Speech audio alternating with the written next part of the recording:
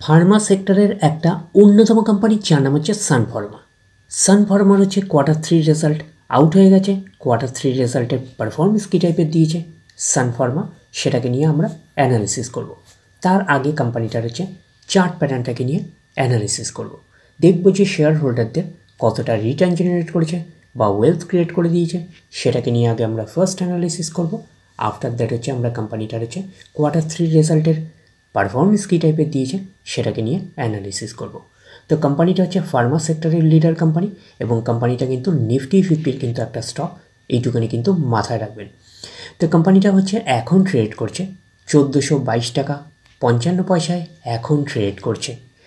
আমরা যদি চলে যাই কোম্পানিটার মার্কেট ক্যাপিটালাইজ, তাহলে মার্কেট ক্যাপিটালাইজ হচ্ছে 3,40,000 কোটি টাকার মার্কেট ক্যাপিটালাইজ। অর্থাৎ এই কোম্পানিটাকে আমরা ব্লু চিপ লার্জ ক্যাপ টাইপের কোম্পানি হিসাবে কিন্তু কনসিডার করতেই পারি।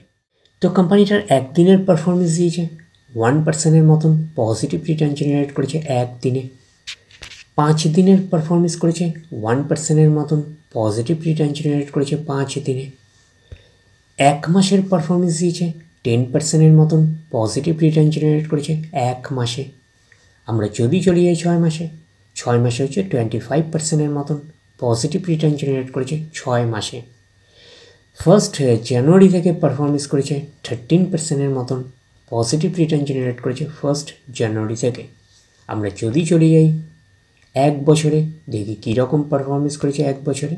তো 1 বছরে হচ্ছে 39%-এর মতন পজিটিভ রিটার্ন জেনারেট করেছে 1 বছরে।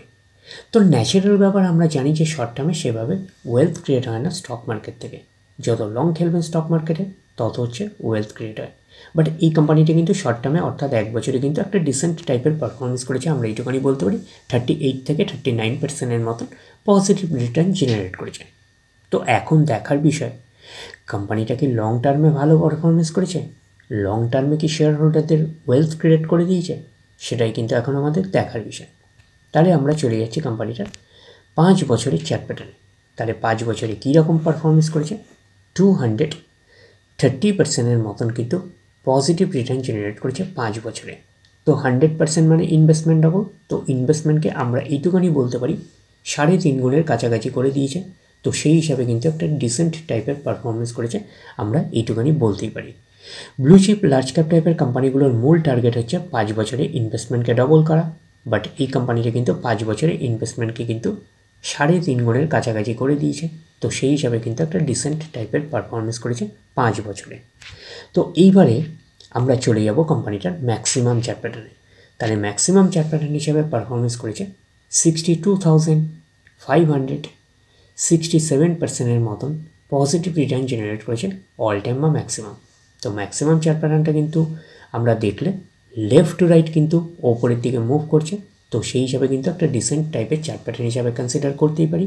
এবং কোম্পানিটা কিন্তু লিস্টেড হয়েছে 1999-এ। তাহলে 1999 থেকে কিন্তু এখনও অবধি রিটার্ন জেনারেট করেছে 62,567%-এর মতন পজিটিভ রিটার্ন জেনারেট করেছে। তো এখন দেখার বিষয়, কোম্পানিটার হচ্ছে কোয়ার্টার 3 রেজাল্টের পারফরমেন্স কী টাইপের দিয়েছে। তাহলে আমরা চলে যাচ্ছি কোম্পানিটার কোয়ার্টার 3 রেজাল্টে। আমরা চলে আসলাম কোম্পানিটার হচ্ছে কোয়ার্টার 3 রেজাল্টের পিডিএফ ফাইলে। আগে আমরা আমরা দেখে নেব যে কোম্পানিটা ডিভিডেন্ড ডিক্লেয়ার করেছে নাকি। তো একটু লার্জ করে নিই। তো এখানে লেখা দেখতেই পাচ্ছেন, ইন্ট্রিম ডিভিডেন্ড 8.5 টাকা, 8 টাকা 50 পয়সা করে কিন্তু ইন্ট্রিম ডিভিডেন্ড ডিক্লেয়ার করেছে।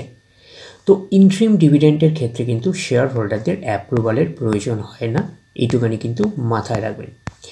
এইবারে আমরা চলে যাব কোম্পানিটার হচ্ছে কোয়ার্টার 3 রেজাল্টে। দেখব যে কোয়ার্টার 3 রেজাল্টের পারফরমেন্স কী টাইপের দিয়েছে। তো স্ক্রল ডাউন করে দেখবেন যে কত নাম্বার পেজে হচ্ছে কোয়ার্টার 3 রেজাল্টটা দিয়েছে। তো 9 নাম্বার পেজ।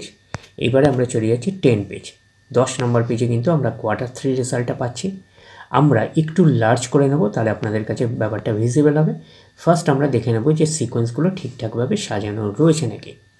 এটা হচ্ছে এই কোয়ার্টার, মিস হচ্ছে কোয়ার্টার 3, এটা প্রিভিয়াস কোয়ার্টার, আর এটা হচ্ছে 1 বছর আগে। তাহলে সিকোয়েন্সগুলো ঠিকঠাকভাবে সাজানো রয়েছে, আমরা এইটুকুনি বলতে পারি। তো অ্যামাউন্টগুলো কিসে দিয়েছে, অ্যামাউন্টগুলো কিন্তু মিলিয়নে দিয়েছে অ্যামাউন্টগুলো। এইবারে আমরা দেখে নেব টোটাল ইনকামটা কীরকম। তো তার আগে আমরা একটু লার্জ করে নিয়ে অ্যাডজাস্ট করে নেব, তাহলে আপনাদের কাছে ব্যাপারটা আরও ভিজিবল হবে। তো এইবারে আমরা চলে যাচ্ছি কোম্পানিটার টোটাল ইনকামে। তাহলে আমরা কি পাচ্ছি, এই কোয়ার্টার মিস হচ্ছে কোয়ার্টার 3-তে 1,26,309।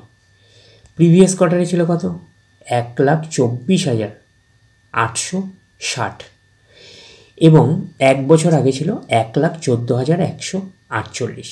তাহলে এক বছর আগের 1,14,148টা এখন কত হয়ে গেছে, 1,26,309।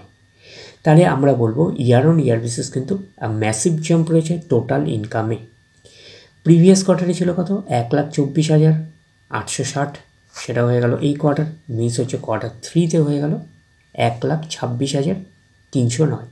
তাহলে আমরা বলবো কোয়ার্টার অন কোয়ার্টার বেসিসও কিন্তু জাম্প রয়েছে টোটাল ইনকামে। তো ন্যাচারাল ব্যাপার, আমরা জানি যে ইনকাম করতে গেলে কোম্পানিকে এক্সপেন্সেস করতেই হবে। তো এখন দেখার বিষয় কোম্পানিটা ইনকাম করতে গিয়ে কতটা এক্সপেন্সেস করেছে। তাহলে আমরা চলে আসলাম কোম্পানিটার টোটাল এক্সপেন্সেসে। এই কোয়ার্টার মিস হচ্ছে কোয়ার্টার 3-তে কত আছে, 95,607। প্রিভিয়াস কোয়ার্টারে ছিল কত, 96,951, এবং এক বছর আগে ছিল কত, 89,433। তাহলে এক বছর আগের 89,433টা এখন কত হয়ে গেছে, 95,607। তাহলে আমরা বলবো ইয়ার অন ইয়ার বেসিস কিন্তু জাম্প রয়েছে টোটাল এক্সপেন্সেসে।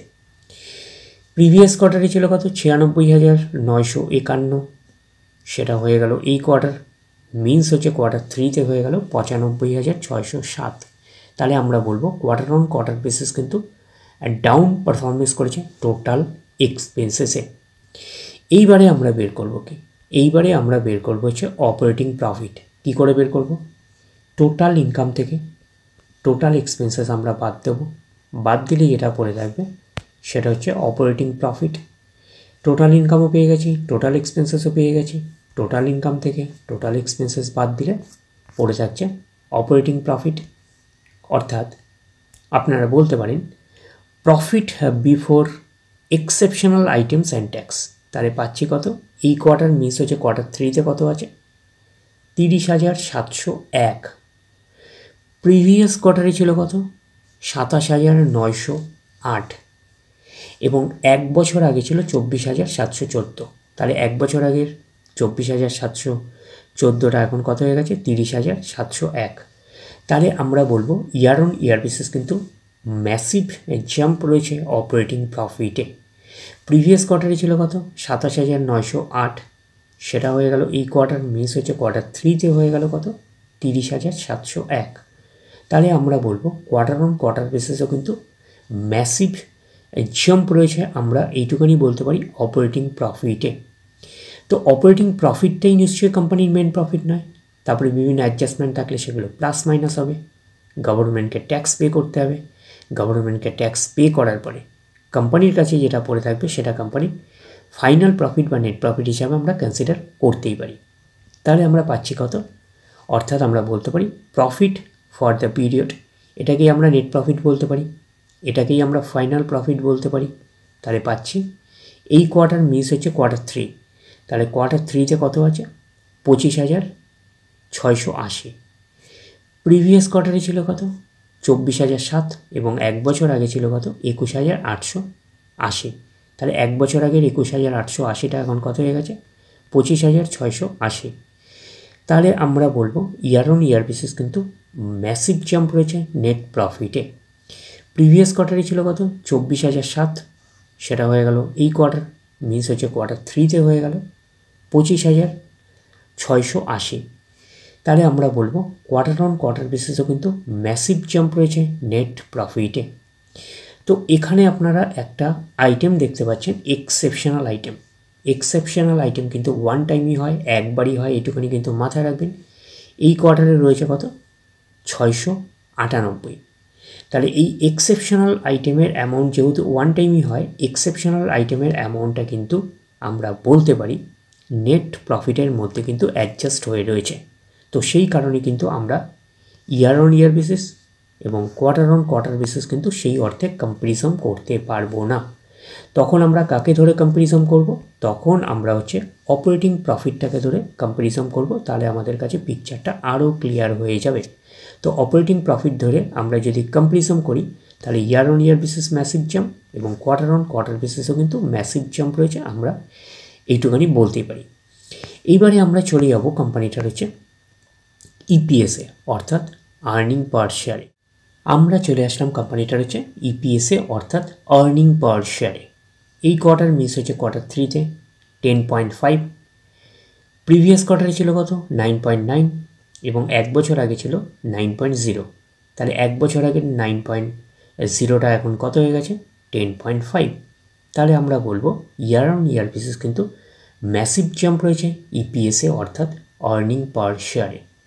প্রিভিয়াস কোয়ার্টারে ছিল কত 9.9, সেটা হয়ে গেল এই কোয়ার্টার, মিনস হচ্ছে কোয়ার্টার 3-তে হয়ে গেল 10.5। তাহলে আমরা বলবো কোয়ার্টার অন কোয়ার্টার বেসিসও কিন্তু ম্যাসিভ জাম্প রয়েছে ইপিএসে অর্থাৎ আর্নিং পার শেয়ারে। তো ন্যাচারাল ব্যাপার, আমরা জানি যে নেট প্রফিটের রিফ্লেকশনটা ইপিএসে পাই, তো নেট প্রফিটের রিফ্লেকশনটা আমরা ইপিএসে পেয়েছি। তো ওভারঅল কনক্লুশন কী দাঁড়াচ্ছে? তো ওভারঅল কনক্লুশন আমরা বলতে পারি যে সান ফার্মার হচ্ছে কোয়ার্টার 3 রেজাল্ট আমরা এইটুখানি বলতে পারি আউটস্ট্যান্ডিং টাইপের একটা পারফরমেন্স করেছে, আমরা কিন্তু এইটুখানি বলতেই পারি। তাহলে ওভারঅল ভিউটা আপনাদের কাছে ক্লিয়ার? তাহলে এই অবধি, নেক্সট ভিডিওতে আবার আপনাদের সাথে আমার দেখা হচ্ছে। ধন্যবাদ।